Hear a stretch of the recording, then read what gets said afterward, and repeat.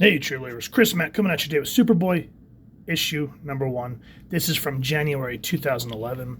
And I remember when I first bought this book, way back when it first came out, I hated it. And I think it wasn't so much that I hated the story. I think what transpired behind the scenes happened was what made me hate it. Is I would go into my local comic shop, and some of the people that worked there would run up and shove books in my hand and said, "You got to get this, buy it, read it." And they wouldn't really, it didn't feel like genuine fandom. It felt like a car salesman saying, "Hey, pick up this new model." And at the time, money was tighter. And so I really laid off a lot of books. And so kind of being forced to buy another one was just like, but going back, I wish I hadn't have sold it off in the first place, because Jeff Lemire does a great job writing. It starts off, sometimes I wonder what it would have been like if I'd had a normal childhood, or any kind of childhood for that matter. What kind of kid would I have been? Would I have been happy? Would I have been normal? Parents in a nice, normal house to grow up in? Truth is, no matter how hard I try to imagine it, I'll never know what it would have been like to be that kid. And you're just thinking, because remember, Superboy, this Superboy is a clone from Project Cadmus after the death of Superman. And for the longest time, we're used to him being in the leather jacket with the 90s attitude. Here we kind of see that he started to mature. It says, "I was born in a test tube in a lab. I'm just the byproduct of splicing Superman and Lex Luthor's DNA. That used to drive me crazy, but I'm kind of over it now. I've moved on. I've finally figured out that even though I'll never have a childhood or real parents, I can still be happy. I've stopped worrying so much.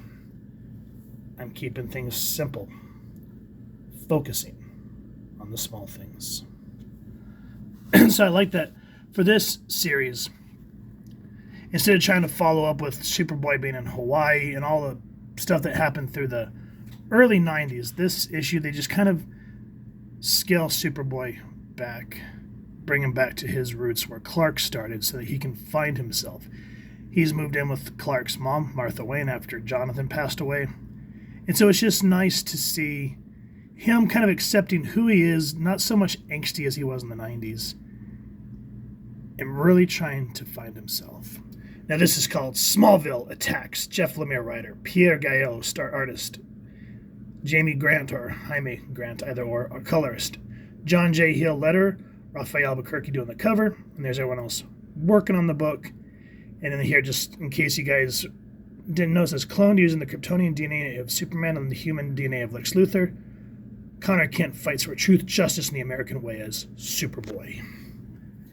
And this panel right here just really sums up how he's trying to change his life. But before he can, finish kind of thinking, he's visited by the Phantom Stranger saying that, "I know that you're really trying to enjoy your life, trying to find out who you are, but there's a great evil on the way. Because what's important now is that you begin to prepare yourself for that coming storm. You'll face some difficult choices, Connell, and the fate of everyone close to you hangs in the balance. When next we meet, I'll be able to explain more, but for now, you must go." And so he explains to Martha what's going on. Because what if he's right? What if I'm going to attract some great danger? Maybe Smallville's better off without me. And that it's going to be my fault. And she goes, "Don't do that. Don't let someone influence your decision.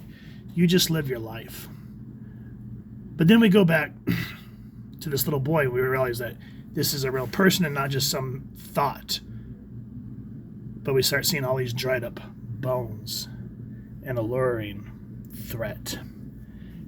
Now, the only part of this book, now that I've read it with some fresh eyes years later, I kind of wish, in a sense, that everyone Superman knew, Lex Luthor, Lana Lang, or not Lana Lang, Lana Lang, and all of them, it's like, oh, conveniently all met in Smallville, because here he meets this girl. This is Lori Luthor. She goes, "Look, you've been distant have I done something to make you mad? And of course he tries to play it cool, but he goes, this is complicated. You're Lex Luthor's niece. And it's just kind of like, can we get away from that stuff? I mean, I get it in terms of the lore. Lex Luthor grew up in Smallville too, from what we understand. But it feels sort of shoehorned. But in terms of telling a story, you have to have conflict of some kind. Then, of course, the looming threat again kind of reminds me of Doomsday, how when he was introduced in the Death of Superman, how the first couple of issues, he was sort of this ominous threat that didn't say anything. And then we get this interesting conversation between him and an elder of the town talking about the birth. This is like the 100-something, here we go. The 154th anniversary of the founding of Smallville. He goes, you may as well learn about your hometown history because it can hold many valuable secrets, which doesn't seem like much now, but some really good foreshadowing. Now we get Simon Valentine, who's kind of like the analog for Lex Luthor. He's like this really big, smart brain. And he goes, hey, I got something that's I need to drop on you. And it's going to knock you for a loop that I've figured out. And he goes, fine, my curiosity's piqued. What is it this time? Teaching frogs to fly or something? And what I like is how the dialogue doesn't feel cringy. It feels organic, like two friends talking. And Connor's mind gets blown. I don't want to give it away. And they don't really do anything more with it in this regard, because right at that point, action happens. And we find out that the looming threat is Parasite. And so what I like is this book kind of establishes, and this is what I've talked about when a number one should come out, it establishes the character where they are, followed by some excitement. So we care about Connor and his journey with his personal life, but then as Chris Claremont would say, now you care about the character, the action is just the frosting on top. Now remember, Parasite siphons power. That's why at the beginning of this book we saw all those animals that were just completely drained and looked like rotting corpses. And so we got the stakes. John, I keep getting him and Superman's legitimate son mixed up. That's what I hate about comics. After Rebirth, it just kind of made me mad they never brought Connor back, at least that I know of. If they have, let me know down in the comments. But yeah, it just kind of sucked that they sort of swept Connor off to the side. Anyway, Connor's power is drained. He's exhausted. He's trying using his tactical telekinesis to throw a tractor at Parasite, but he goes, it's too big, too heavy, and I'm too tired and drained. Now remember that opening dialogue that we talked about. He goes, I need to think of something else. Focus on the small things. Now that's a great way of showing visual storytelling and the dialogue working in tandem together right there. And it's just a great way how Connor utilizes his power. And then before you can say, hey, I want to see some more, we're left on a cliffhanger with Ivy. And she's saying that she's too late to save Smallville. Now, all these years later, the time of this recording is 2023. This book came out 2011. So umpteen years later, I'm finally excited about Superboy because it doesn't feel forced. Like the book didn't feel forced on me. I picked this up on my own volition because I've always enjoyed Connor, especially after going back and reading Young Justice and watching the show. He's just a very interesting character, and that's another reason why the Titan show pissed me off, is after they introduced him and got him in Titan's Tower, they just sort of threw him away into a coma for, half the season, and just, we're not going to go down that road. We're not going to talk about that.